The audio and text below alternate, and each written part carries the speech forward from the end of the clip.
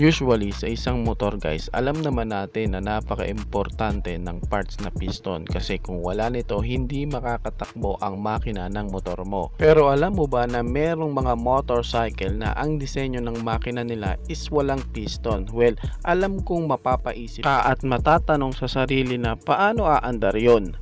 Kaya nga dito sa video na ito guys is pag-uusapan natin ang super mid-range sports bike na talaga namang napakamamaw. Aalamin natin ang kanyang specs and ang kanyang kakaibang sikreto tungkol sa kanyang makina. Kaya samahan nyo ako guys na pag-usapan ang motorcycle na ito. Pero bago yan, baka pwede naman na pa-subscribe ng aking YouTube channel. I-click mo na din ang notification bell para maging updated kayo sa mga susunod na i-upload ko. Guys, baka pwede naman na pa-like and follow ng aking Facebook page. Nasa description po ang link. Kaya make sure guys na tapusin nyo ang video na ito para malaman nyo ang information may kinalaman sa motorcycle na ito.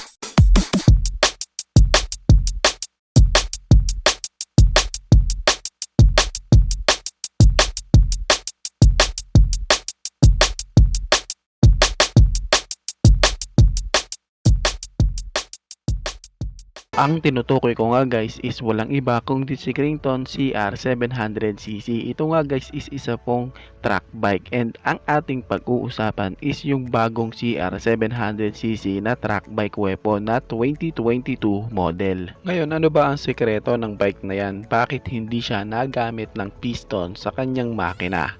Well guys, ito kasi is kinagamitan po ng rotary engine.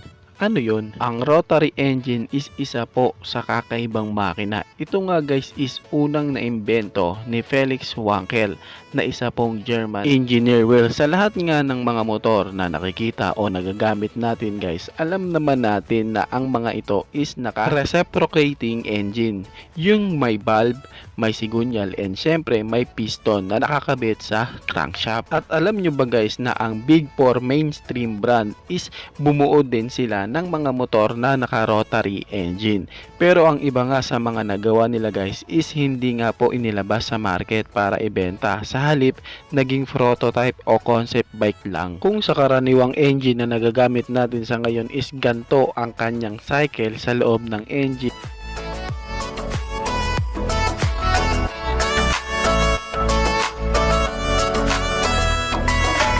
Well, sobrang kakaiba nga po ang pagkakaiba ng engine na rotary engine sa karaniwang cycle ng mga motor na ating nagagamit sa ngayon. Kasi ito guys is meron pong kakaibang disenyo ng kanyang engine na ganito nga po ang itsura.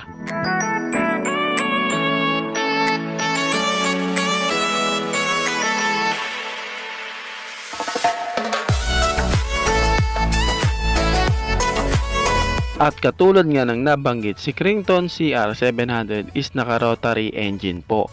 Baka naman masabi mo na nako po, mahina ang engine na yan. Well, dyan ka nagkakamali. Bago pa ilagay sa mga motorcycle ang gantong klaseng engine type, una na nga po itong inilagay sa mga kotse. Hindi lang basta-basta kotse guys ha, mga sinaunang sports car. Katulad na lang nila Mazda Cosmo noong taong 1967 at NSU Spider noong taong 1964. Kaya hindi basta-basta ang makina na rotary engine type. Sa katunayan, di tatawagin na track weapon ang bike na CR700 kung hindi siya malakas. Ano ba ang meron kay CR700? Ito lang naman guys ang isa sa pinakaunang super sports bike na kaya pong mag-produce ng 220 horsepower sa rotary engine type. Can you imagine that guys, kung gaano kalakas ang 700cc na sports bike na ito?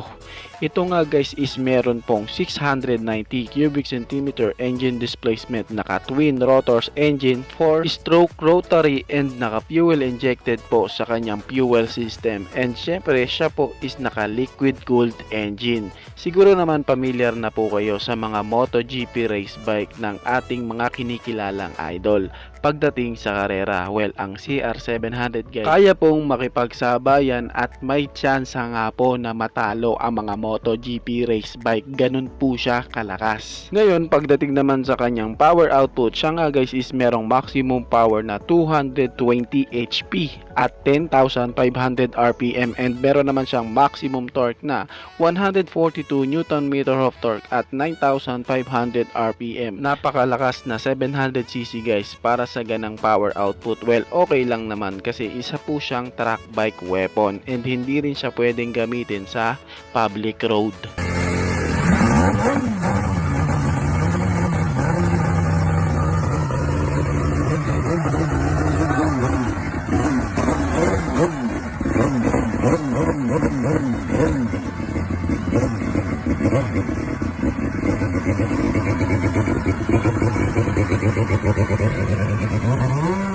At ang CR700 guys ay isa nga sa may pinakamalakas na power to weight ratio, dahil alam nyo ba na ang kanyang timbang is meron lang bigat na 130 kg. Sobrang gaan para sa isang 700cc sports bike.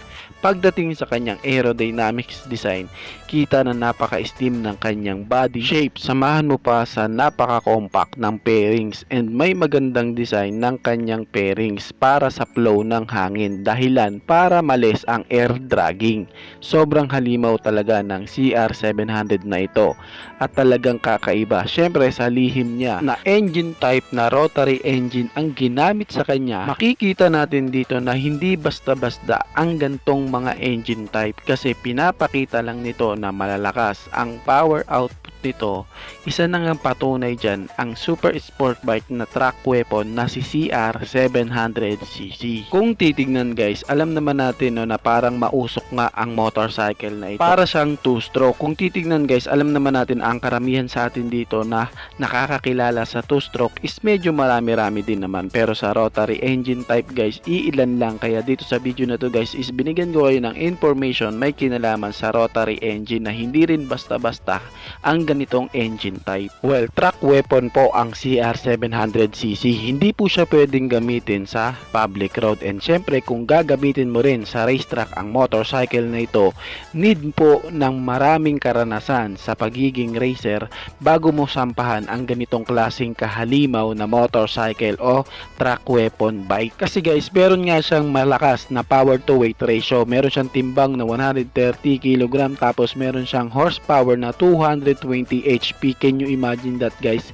Kaya hindi po pwede din na hindi professional racer ang hahawak sa motorcycle na ito. Walang piston na motor tapos malakas na power output. Well, meron na tayong patunay na merong gantong motorcycle, at ito nga si Crington CR700cc na naka rotary engine type.